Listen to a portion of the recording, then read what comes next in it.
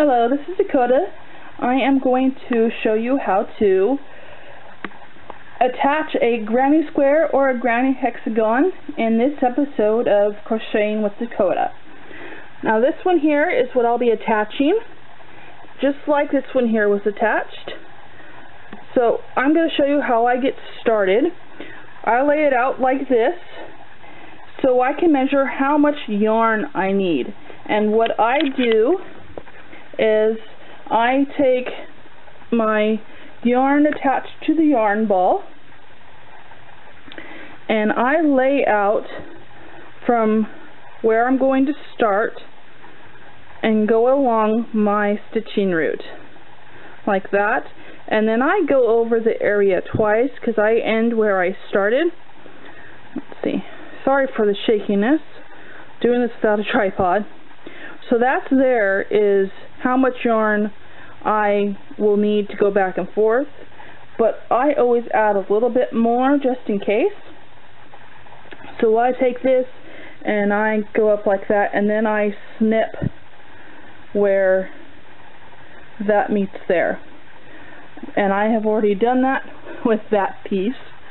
So I'm going to turn my camera so you can see what I'm doing without me holding it. I put it on this little box here, and that's about a perfect height so you can see what I'm doing. So, okay, I didn't want to make you dizzy while I move the camera around. So I thread my yarn onto my needle, and I always leave about maybe a third of the length non-overlapped so that I have less yarn that I have to pull through each time. So to start attaching, on the other end of the yarn I create a slip knot. I take the yarn and go over my index finger away from me, and then I pinch it in front in my middle finger and thumb. Wow, that was hard to say for some reason. And I bring this yarn in front of the piece that's hanging, and then I take this yarn and I wrap it around my finger and pinch it again, and then I take this piece and I pull it over, and that all came off. Let's try that again. Having issues today. There we go. And then that is the slip knot. Now I don't pull this part tight yet, and I don't place it on my hook like I would go to crochet. This is simply the other end of the yarn. And I'll show you what that is for in just a second when I begin attaching. Now this piece here is going to go here, and I always start with the corner of my piece that I started and ended edging with, and I place that in the corner where I'm going to start attaching. And I place the two top sides together, and the top side is the side that has straighter looking stitches versus the back where it looks like there's a lot more weaving going on. So let's see here, that's the corner, two fronts together, and I line up the two edges that I'm going to sew together. And now I take my needle, and on the actual blanket that already has things attached, I stick my needle into the furthest corner in here, and I start pulling my needle through. Don't go all the way yet because you have to go through this one too. So I find the stitch that's furthest over here, and then I start pulling, and I stop till there's about that much left with your loop, because you have to take your needle and thread it through the loop. And then you pull, and you continue pulling until you pull tight, and that secures the two pieces together with that little slip knot. And now you have a little bit of a tail, so I weave that in as I am stitching the two together. So I find my next stitch over, and then my next stitch over on this one, and I push my needle through both those loops. and I'm only using one loop on each of the pieces. As you can see, hope you can see clearly, one piece here has 2 pieces of yarn to the top loop that creates a little V. Now you only want to go through one of those, and I go through what is called the back stitch on each of them. Let's see here. This is the back stitch, and this one here would be considered the front stitch. When you press these two together, those back stitches actually raise a little bit above the front stitches, so it's kind of easy to tell which one to get.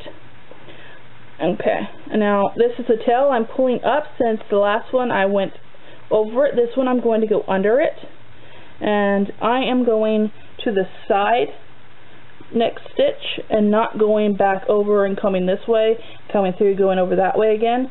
I go side and then through, and then the side and through this way.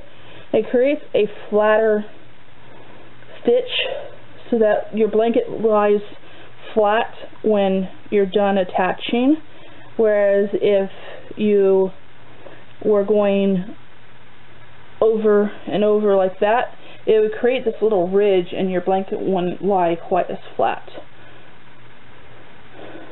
So I do that all the way across. Now these two are the same pattern, so it's the same number of stitches across. So there's no real complication factor when doing this as far as lining up stitches. You go through the one right across, and you go all the way to this corner, and then you'll go all the way back. So when I get to the corner here, I'll show you how I turn around. It's not that complicated. It's simply going back the way I came. I only have a few more stitches before I get there, so I'll do that real quick. Don't want this video to be 30 minutes long. There's no reason for it to be that long. This is actually a quite simple process. Okay, so that's my last stitch, and instead of continuing down here, I simply go back the way I came. So that's my quick turnaround there. And then going back is a little bit easier because you're just going through the same stitches you just did. They're easier to find. And that's it for attaching this side. When I get back to this corner, I will pick up again to show you how to continue going on. Okay, I have this side completely attached, and now I'm going to attach this side here to this side here. So I fold it so the two tops are touching again, and I line up this corner with my corner here. Now these two are different patterns, so this one here actually has more stitches across the top than this one. So I'll show you how I deal with that as I come to the problem. Okay, so I'm on this side of my blanket, so I go to the next stitch over, and I go through the next stitch over on this blanket as well, and just pull through as I did on the previous side. Okay, and I keep doing that all the way across. Okay, these are lining up so far, so I haven't come across the issue. I know I will. Okay, here's the issue. This one here has 2 stitches, whereas over here there's only 1.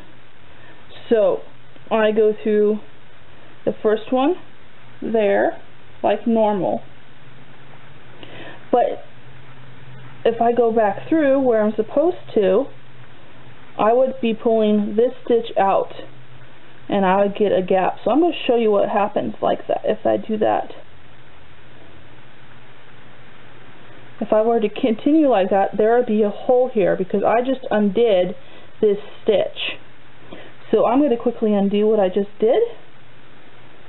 because that's not what I want to happen there. There we go. So that's how it was supposed to be there. And now what I do is I go ahead and I go to the next stitch here. And I skip, let's see here. Yes, I skip this stitch.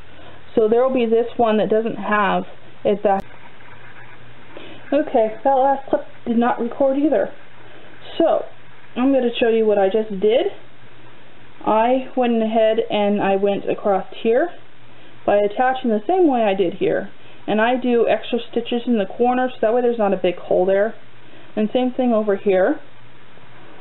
And I was saying that this pattern has more stitches on the edge than this one. And so I line up as best as I can. Sometimes I have to skip stitches in this one in order to make it work.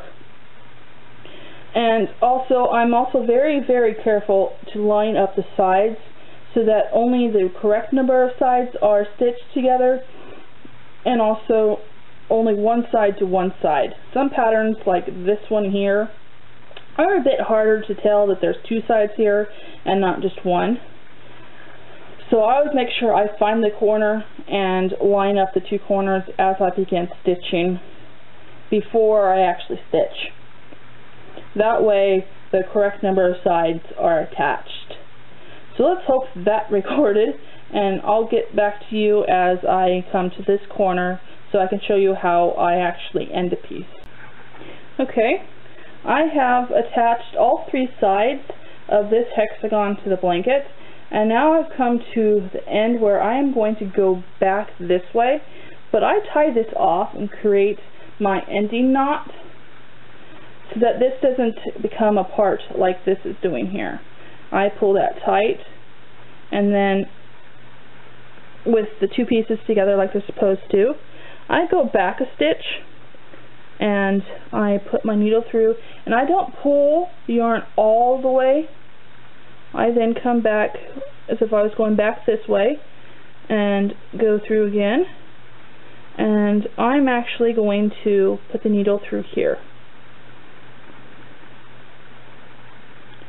And I pull tight, and I do that a couple times, and it creates a ending knot.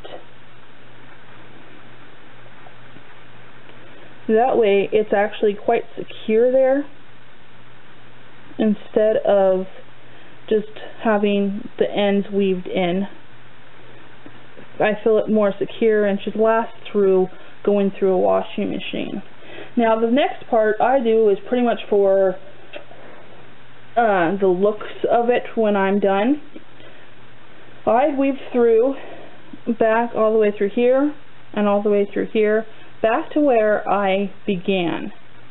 That way it's not only more secure and it's weaving in the end that I'll end up snipping off here, but it does look better when you pull the edges apart. It creates a better weaving look. And I'll see if I can show that to you. So I'll stop weaving here and show you how that looks. Basically, I just continue weaving and then I snip the end. There's nothing much more to that. So I'm going to lay this flat and find an edge there. Okay, there we go. This one. Okay, this one here. It's weaved together there, and I like this look. How it's got quite a bit going on there versus, let's see, this one up here. I only did it one way, and it's a lot looser, and I don't really like that. So I have decided to do it as when I attach a new piece, and it's double there. So these look nicer to me anyway. But that's how I do that, and that's how I have attached all these together. You can do it a few different ways, so make sure you secure tightly when you start and secure tightly when you end, and weave in your ends, and that's how you can do it. There are many ways to do this. This is my preferred method. So thanks for watching. I hope this was helpful, and watch the next video. I should be doing a tutorial on how I do this particular granny square. So see you in the next video of Crocheting with Dakota. Thanks for watching.